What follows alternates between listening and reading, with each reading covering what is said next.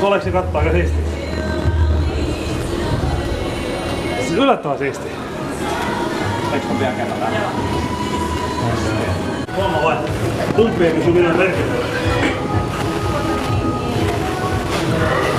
Tossa kohdassa varmaan käsi näyttää paksuimmalta. Juu. Kun se nostaa ylös, niin sitten se taas menee vähän kasaan. Juu. Tossa näkyy, että se ei ole niin ison näköinen. Ei olekaan. Ei. Se on tuvallapaus. Juu. Siinä puolesta olisi suurin piirtein. Joo. Tai kun se just lähtee. Tää vähän pois valoa.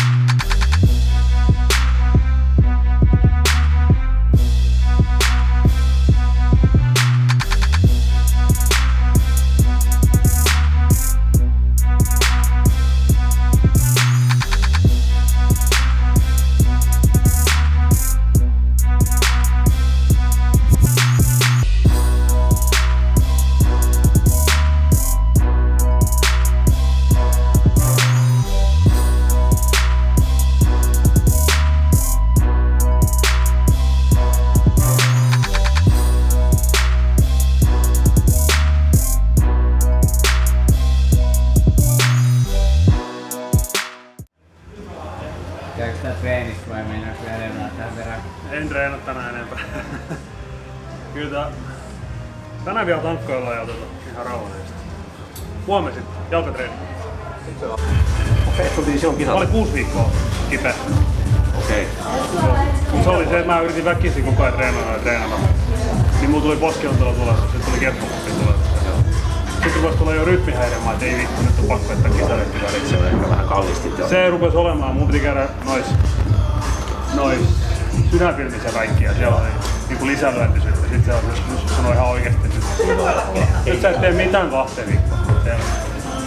Silloin mä pääsin 3. Ei väkisin. Oliko se siinä kun olet pidempi? Niinku 2010 kisassa? Siinä ei tullut. Joo. Sit se ei tullut pitkä tauko. Joo.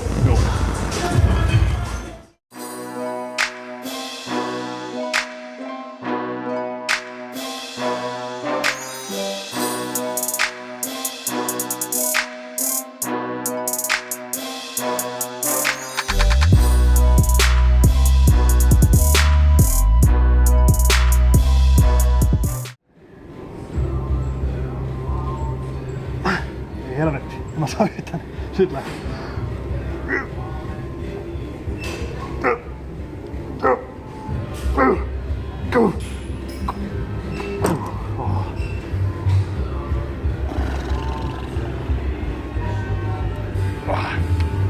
Oho.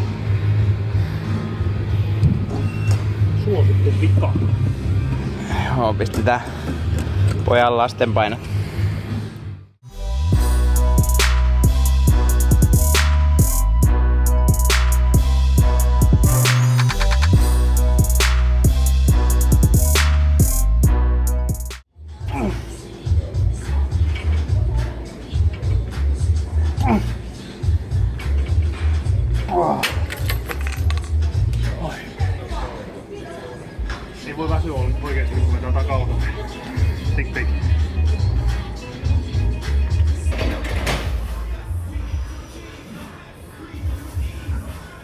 Äijällä on satana käsi kuin Rich Piana. Tatuoitu ja helvetin iso. Mennä vaan.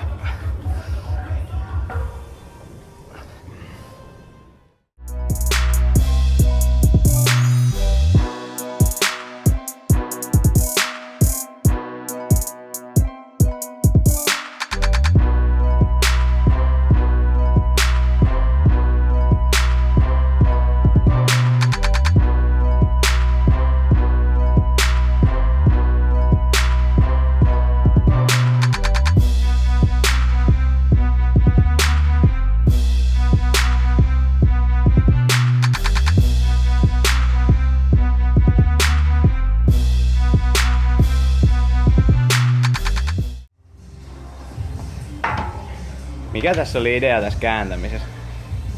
Mutta tohon. Niin eli porkku mukaan enemmän Tosta siihen. puuttuu kokonaan lihat, niin me yritetään tehdä semmoista. No ei, tässä tietiin mitä tehdään. Vähän ärsyketään erilaista. Joo. Tultiin tänne Palmujalle lämmittelemään. Plus 5. Vähän on vielä niinku ehkä toivomisen varaa, mutta kyllä se tästä. Kuukausi mitään viihtyy kummasti. Hyvä. Mut mitäs nyt? Viikko kisoihin ja 9.4. tänään joo. Tehtiin olkapäät ja hauis ja vähän vatsaa. Huomenna olisi sitten jalkatreeni ja sitten varmaan ensi viikon vielä. Mä aloitan treenaan keskiviikkoa asti kovaa. Sitten se saa olla. Joo. Onko nyt jotain muuta semmosia muutoksia tässä viime hetken muutoksia, mitä niinku teet jossain ruokavaliossa tai... Mennään tosi matalilla hiilareilla. Melkein periaatteessa ollaan ketosissa vielä keskiviikkoa asti ja torstai ja perjantai mä tein 2 päivän tankkauksen. Molempina päivinä 500-600 grammaa hiilaria, eli ei todellakaan mitään ylitankkauksia, vaan mennään niinku tosi varmaan päin. Joo. Tankataan eka torstai se 500 ja katsotaan perjantai, että näyttää helvetin tyhjältä kuivat niin kuin pitäisi ja sitten jatketaan vielä sama satsi perjantai, niin mä uskon, että se on aika hyvä lauantai. Sitten lauantai aamu voi vielä katsoa, että jos tarvii. Että jos on kuivateltavaa vai pystyy vielä tankkaamaan, niin mennään varmaan päin. No niin. Miten niinku lisäravinteet, kreatiini tai muuta? Niin... Kreatiini jätettiin eilen pois. Mä oon aina jättänyt sen niinku viikko ennen kisaa. Joo, aivan. Et sieltä saattaa lähteä vähän nestet sit vielä. Siitä saattaa sitten lähteä oikeasta paikkaa iholta.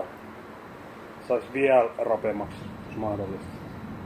Koska ainut keino mun massoon pärjätä kisoissa on se, että mä oon kunnossa. Ei oo mitään muuta keinoa. Aivan. Lihakset ei riitä voittamaan kilpailua. Mut kevyt rakenne ja hyvä kireystaso, niin kyllä siinä on mahikset. No.